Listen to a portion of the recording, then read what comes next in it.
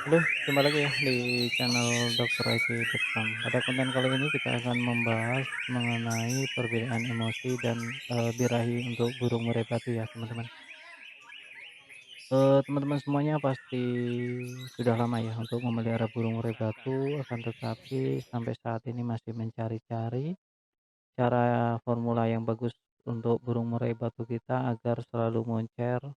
Kalau sudah moncer, harapan kita adalah burung murai batu itu konsisten atau stabil, yakni setiap kali dilombakan maka burung murai batunya, selalu berprestasi gitu ya teman-teman, tidak pernah gagal, itu bisa dibilang stabil banget ya.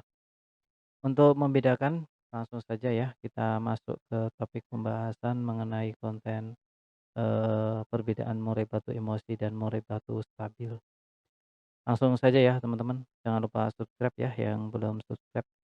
Untuk emosi terlebih dahulu, burung murai batu yang emosi itu ada beberapa faktor kenapa burung peri batu itu bisa meningkatkan emosi, akan tetapi di sini bukan saatnya kita untuk membahas mengenai bagaimana cara menaikkan, emosi burung murai batu.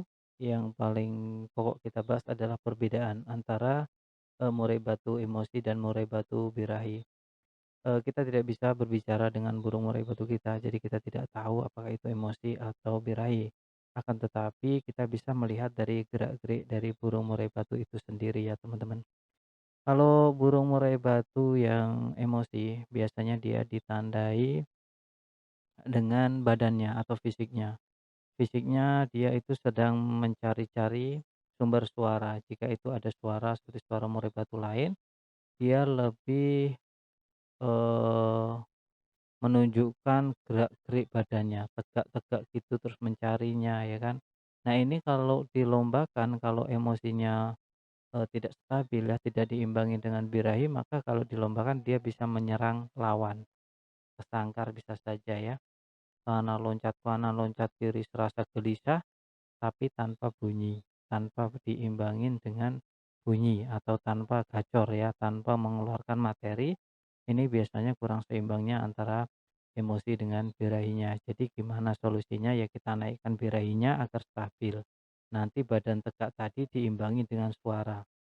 Intinya kalau emosi, ini versi saya ya, setiap suhu-suhu atau setiap senior itu memiliki ramuan atau racikan sendiri dalam mengolah burung murai batunya. Kalau saya, menggambarkannya biar lebih enak, kalau emosi itu fisik, dia menunjukkan fisiknya. Nah kalau, untuk birahinya dia menunjukkan batinnya, itu kalau saya ya. Contohnya seperti ini, kalau murai batu yang emosi dia fisiknya tegak-tegak, dia kenceng gitu. Nah untuk birahinya tembakan tadi.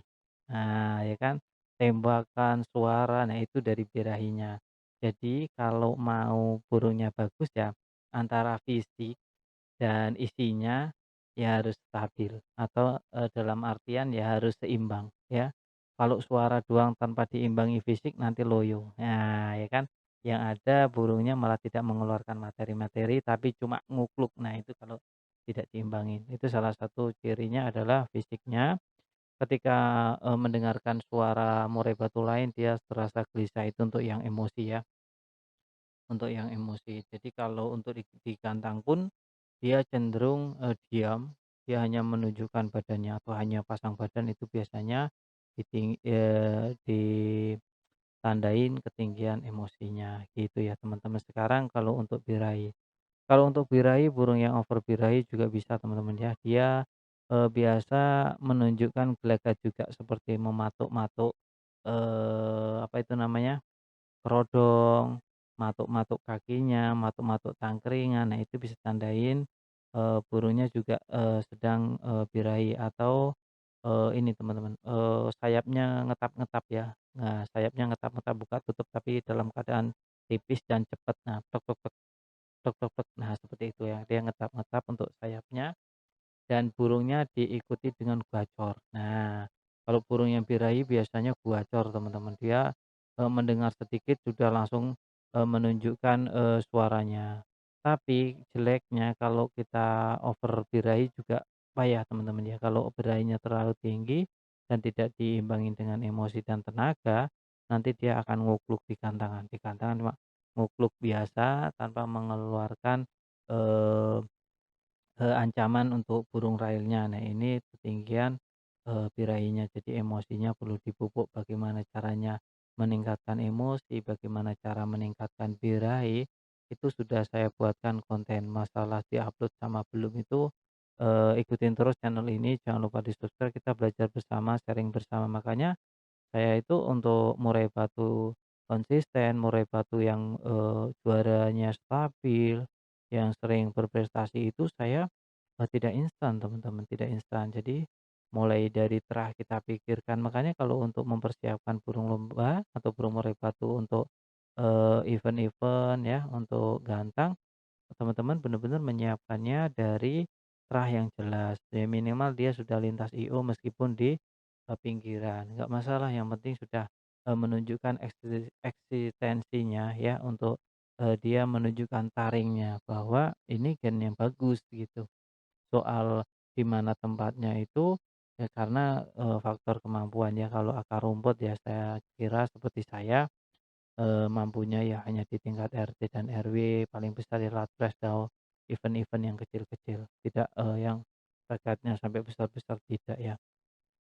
Oleh karena itu teman-teman ya, harus genetik itu penting, setelah genetik perawatan atau nutrisinya ya, nutrisinya baru setelah itu masuk ke tahap standar settingan. Jadi settingan itu tidak boleh macam-macam kalau versi saya, teman-teman boleh mengikuti dan boleh mengikuti yang lain ya. Kalau versi saya menggunakan standar. Kalau standar saja sudah jalan, kita tidak perlu memakai yang aneh-aneh, yang neko-neko. Karena pada, waktu tertentu juga kita tidak akan bisa, terus-terusan seperti itu. Contohnya ya, kalau saya merawat burung murai kakatu, ala kadarnya, tidak ada rawatan khusus ya. Mandi ya tinggal mandi ke keramba, yang, pagi kasih makan, sore kasih makan, udah. Bahkan untuk hariannya pun nggak saya kerodong, ya, untuk hariannya nggak saya kerodong, karena saya memiliki alasan tertentu. Dan saya ingatkan sekali lagi untuk teman-teman semuanya ya, beda burung merpati itu beda settingan dan beda perawatan, dan nanti tentunya akan beda hasil juga. Jadi kita tidak bisa menyamakan plek burung A dan burung B. Itu ya teman-teman mengenai perbedaan burung murai batu, emosi dan birahi, dan jika teman-teman ingin, juara dan prestasi ya untuk emosi dan birahinya, teman-teman kontrol dengan kendalikan ya. Bagaimana cara mengendalikan keduanya ya, nanti ikutin terus channel ini, saya akan membahasnya, sedikit demi sedikit kita sharing saja, saya sharing sesuai pengalaman saya. Mulai saya breeding, mulai saya mencoba untuk mencetak jagoan benar-benar dari nol, saya melolosnya sendiri dari usia 4 hari, sampai benar-benar burung itu berprestasi sampai hingga kini, namanya Osaka. Alhamdulillah setiap berangkat ya, ini aja minggu kemarinnya dia satu, terus minggu kemarinnya satu.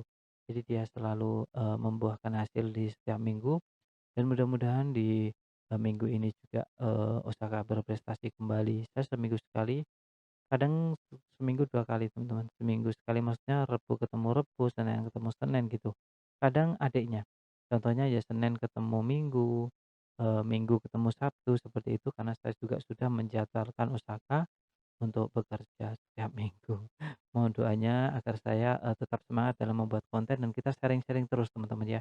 Kita sharing-sharing terus, kalau teman-teman, ingin fokus di lomba juara prestasi, saya saranin jangan tanggung-tanggung untuk, ambil, trotolan di ring Dr. Edible Farm atau ngelola sendiri biar harganya miring ya.